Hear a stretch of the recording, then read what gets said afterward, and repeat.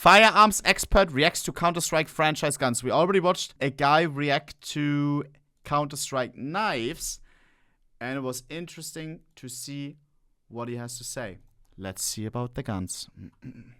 This is Jonathan Ferguson, the keeper of firearms and artillery at the Royal Army's Museum in the UK, which houses a collection of thousands of iconic weapons from throughout history. And today, he's getting all nostalgic looking at the weapons of Valve's iconic shooter franchise, Counter-Strike.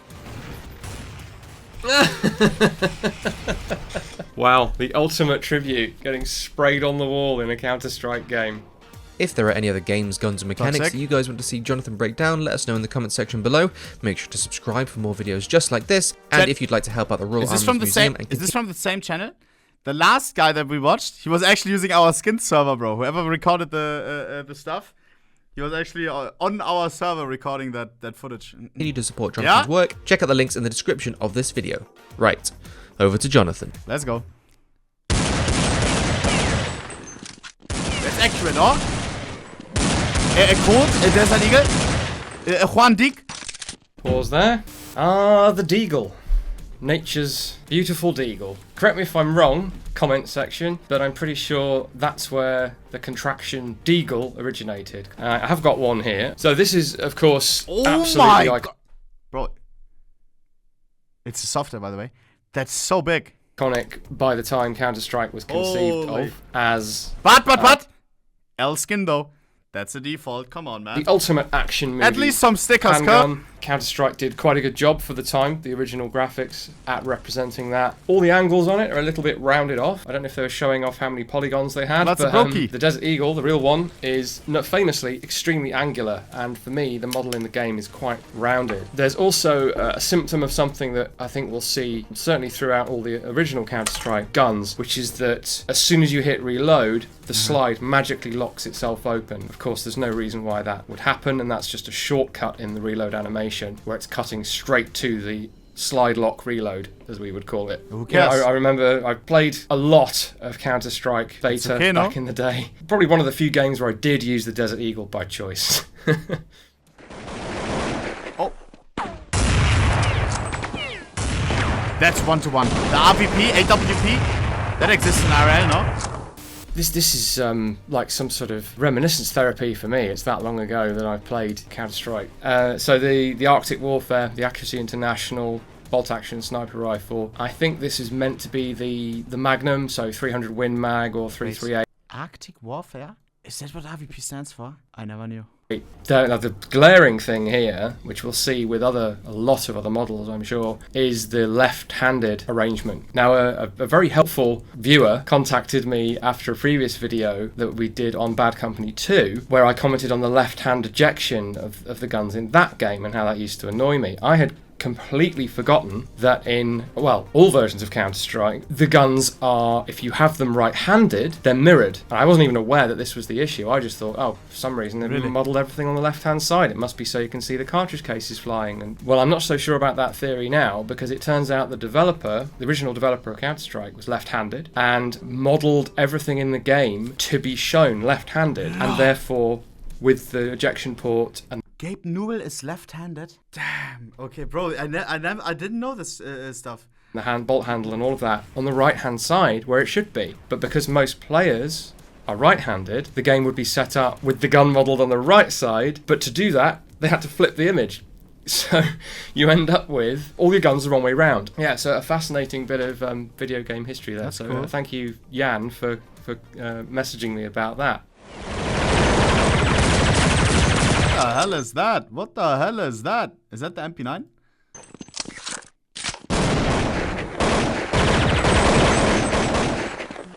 So we've got the Steyr Mannlicher TMP.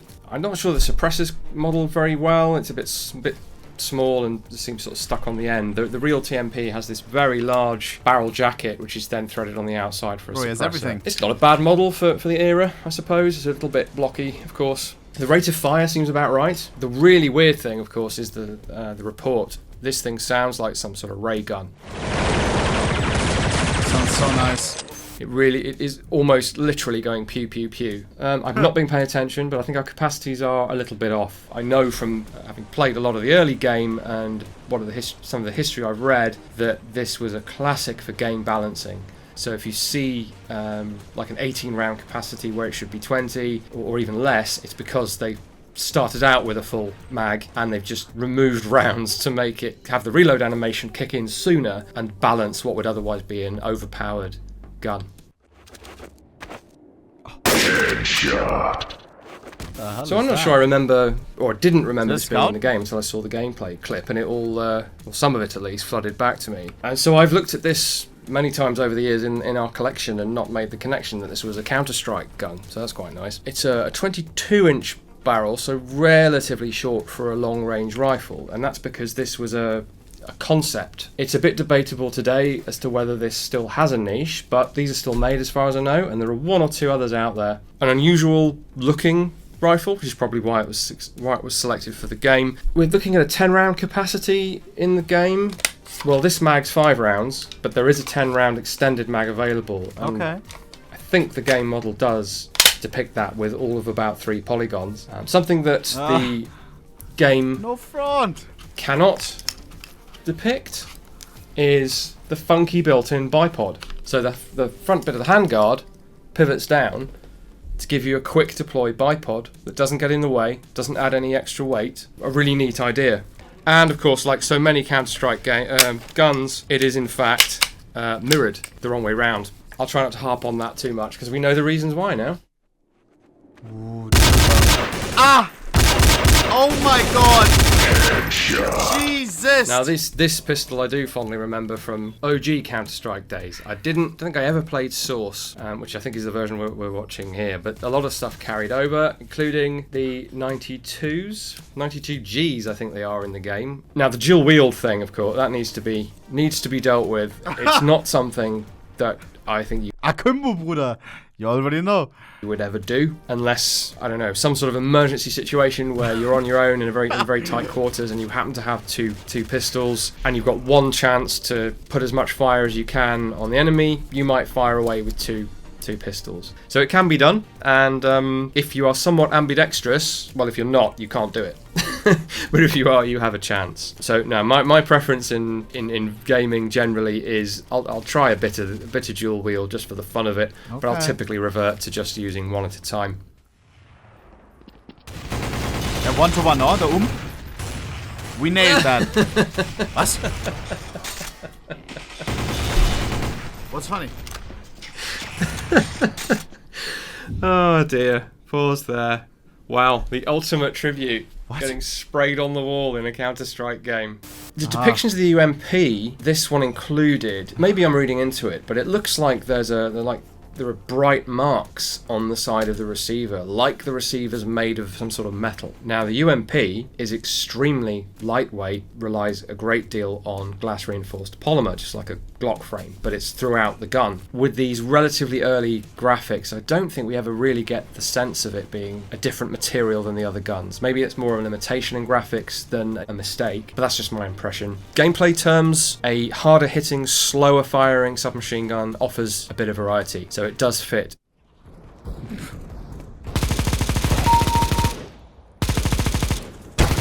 CSGO, here we go. Right, we're well past my era of Counter-Strike now, although I did download and try Counter-Strike Go. I was surprised to see the Negev make an appearance, because if you get a light machine gun of that nature, 5.56 light machine gun in a game, it's usually the Minimi. It seems it's a bit too portable, but then that's fair to say of all machine guns in first-person shooters, is that they seem to be a bit too much like assault rifles. I think we've covered that before on the series. Whip it Having out, said bro. that, though, it is relatively light for a 5.56 machine gun. But what we see is the player's having to switch to his knife constantly so that he's not encumbered by the machine gun. And I don't need to tell anyone at home that's not how life works. So you'd have to, of course, throw the machine gun away or hand it to an assistant or something, I don't know, and then run around with your knife and then get hold of another gun somewhere. You're gaming the system, of course, by doing that, because it's almost like in a first-person shooter, if the weapon's not equipped, it's not on you. If you take a step back from your gaming head and just watch people running around, it does strike you as a bit odd that, oh, suddenly he's running faster, but he's still carrying the same weight. I never thought about that. P90 1-to-1 is IRL, no? Another sort of early 2000s favourite, the FNP90. So this version is depicted with Factory new? iron sights on the rail. Now the versions we've got have a sight-through set of iron sights built into that rail, so you can either put an optical sight on top of the rail, or you just peer through the block of metal that is the sight. I very much doubt the developers, the modelers, had access to a real P90. Bro, by the way, no front, but whoever recorded this, irregular Dave, bro. Jesus. A little bit more aim training, bro. Ay. To check that, quite He's possibly terrible. didn't even care. Not something you'd see from reference images. So most in-game guns, even today, are modelled from reference images. Right away, though, my eyes locked straight onto that iconic magazine on top of the gun, and at first I thought, oh, it's some weird opaque magazine that doesn't show the rounds, but it does show those transverse rounds, which as I'm sure you know, move to the rear, and there's a very clever rotary follower in the mag that rotates them and then pushes them into the weapon. We don't see any of that action happening. It's a solid, or rather it's a flat texture that doesn't do anything. Dealing here with a relatively basic game by modern standards, and it's not alone in older games in depicting the P90 without showing you the rounds moving. And as far as models go, it looks fine when it's static, but when it's firing, nothing's moving. Ooh. The Scar. That's close to RL, or? Things have moved on by this point, so we're still in Counter-Strike Global Offensive. The weapons are modelled much more accurately, with a lot more detail. We're no longer ejecting to the wrong side of the weapon, and we've got some updated stuff from later in the 2000s. And one of those bits of kit is the FN Scar. And the Mark 20 is kind of, as I say, on the top end of a DMR, bottom end of a sniper rifle. And it looks cool. It embraces that desert tan aesthetic that modern firearms have adopted, partly in recognition, or in large part, in recognition of the fact that black is actually not a great colour for a firearm. It tends to stick out quite a lot against camouflage clothing, against the environment. Solid black is not what you want. Yeah, it looks terrible as well, bro. Something like Howl, like it was like Timaco M4. It looks much better. He's right. He's got a point. From at least the Second World War onwards, people were camming up their weapons. So it tells us a little bit about the era that this version of the game was produced in, and it's not a bad depiction for, this is not Milsim. This is a competitive first-person shooter. Max 7.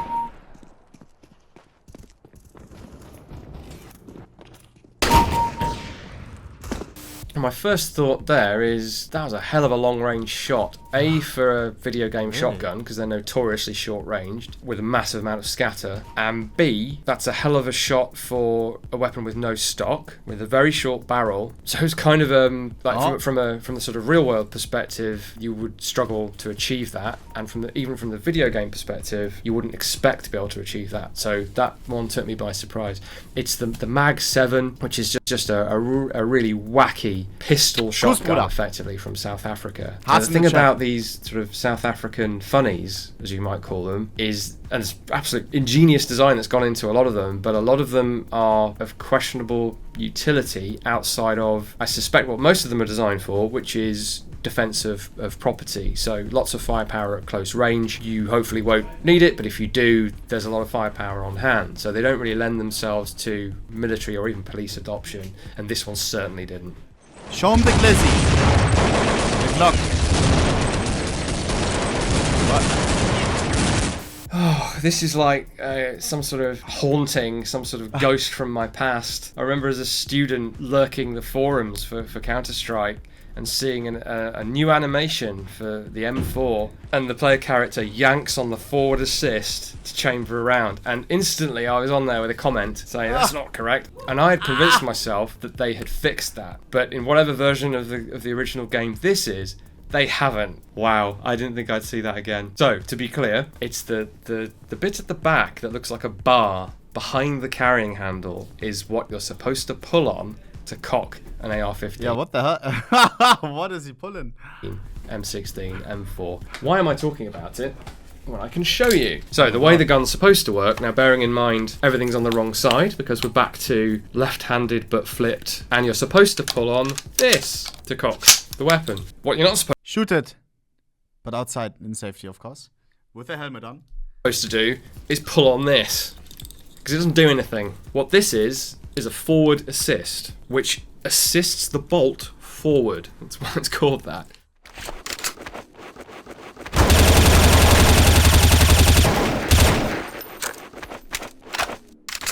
That's so Right, goofy. we've advanced into the source engine, and the M4's looking better, but we've carried over another quirk from the original game. I don't really know where this has come from. This is the dust cover. It covers the gun from dust, or the bolt. And whenever you cock the rifle, it springs open. What Counter-Strike does, for no reason at all, is flap this thing. It looks so open cool and shut. though. Now, it's possible that they have seen a machine gun. I can't think of a type that does this, but they do exist, where there is a dust cover that sort of opens and shuts, but it's more just loose and is flapping in the breeze kind of thing. This is sprung. It's held flat against the side, doesn't appreciably move when you shoot the weapon, so I think that's it a looks weird cool. one. It's not a bad depiction of an M4, apart from those annoying technical details.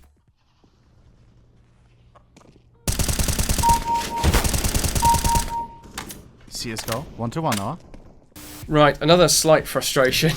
We've moved on. We've got the bolt release being used to chamber around after a reload. Unfortunately, that's done regardless of when you reload. So if you were to fire half a magazine, replace it with a fresh magazine, you just have to pull the trigger. You don't need to do anything else. I tend to think in eras. An era where developers of a game like this aren't putting in quite the same attention to detail for, I guess, fans of military hardware. It's to do with how much you value gameplay versus how much you value technical detail. And just like in the movies, it's a slide your scale where you like, because you won't have time to do both of those to the best of your ability. Not without years, and yeah, I guess potentially money does come in as well.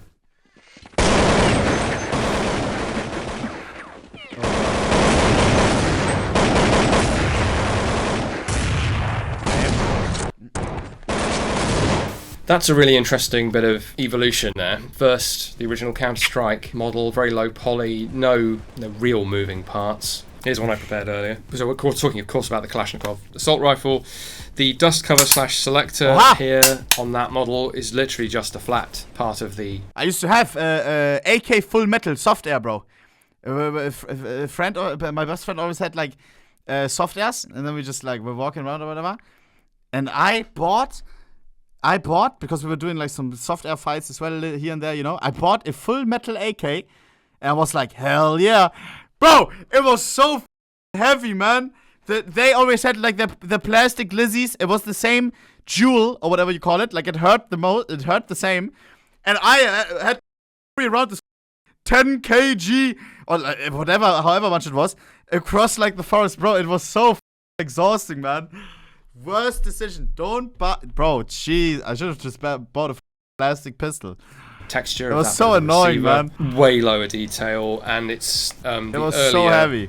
Machined. Bro, I don't know if 10 kg. I can't remember how much it was, bro. Receiver AK, just the plain old AK, often called the Who's AK-47.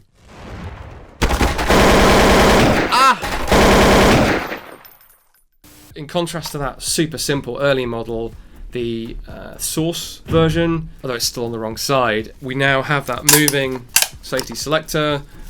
The bolt is coming back and forth, and there's so much more detail. Like the cocking handle. Oh god, it's gonna shoot RL. It's gonna blast my ears off.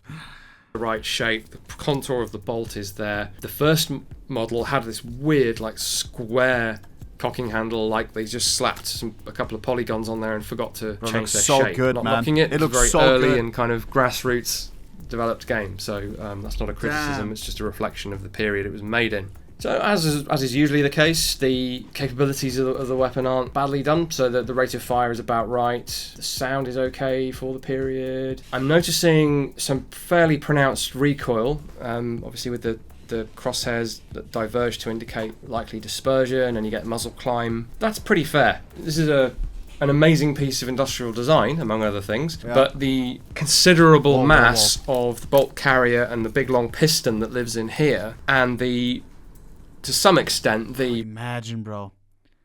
1, 2, 3, 4. 4x ever power holo. recoil energy just of the cartridge, which is higher than something like 5.56, all contribute to quite a bit of muzzle rise and quite a bit of felt recoil. It's not a lot of recoil, but you know you've fired it, more so than something like an AR-15. Oh, flex. So they're doing their best to reflect that, I think. 1 to 1. 1 to 1. 1 to 1, or? Finally, we've got the last of the 3 eras of Counter-Strike, if you like. So, 2012? We've moved on to the AKM, specifically the AKM-N, because it has the side rail for, and I think it's a coincidence, but the N stands for night, as in night sights. So that's a legitimate variant. So if anyone's looking at that and thinking, what's that gubbins on the left-hand side? That's legit. And of course the graphics have come on massively since the previous games. Way more detail, way more fidelity as to the real world gun. It sort of handles and moves around on the screen more convincingly. It's kind of a bit intangible, but it just looks, they've tried to keep pace with developments in modern shooters and done a good job for even that is quite a few years ago. Shooters and done a good job for even that is Okay, never mind. I thought the guy was not like ago now. Please do come and visit us if you're in the UK, or in the future if you're able to visit the UK, at our Leeds Museum, the Royal Armouries Museum. We've got Fort Nelson down on the south coast, and the Tower of London as well. We've got links in the description as ever if you'd like to kindly donate. Nice video. But otherwise, we'll see you again next time. nice video. I enjoyed that, chat. I love hearing some intel from what I was about to say, pros, from people like him. That was nice. That was very, very nice. Drop GameSpot. I mean, I guess drop him a like. I don't know. Or much more importantly, not GameStop, but visit Jonathan Ferguson if you come from the UK. I'd love to visit that museum. Seems like a nice guy.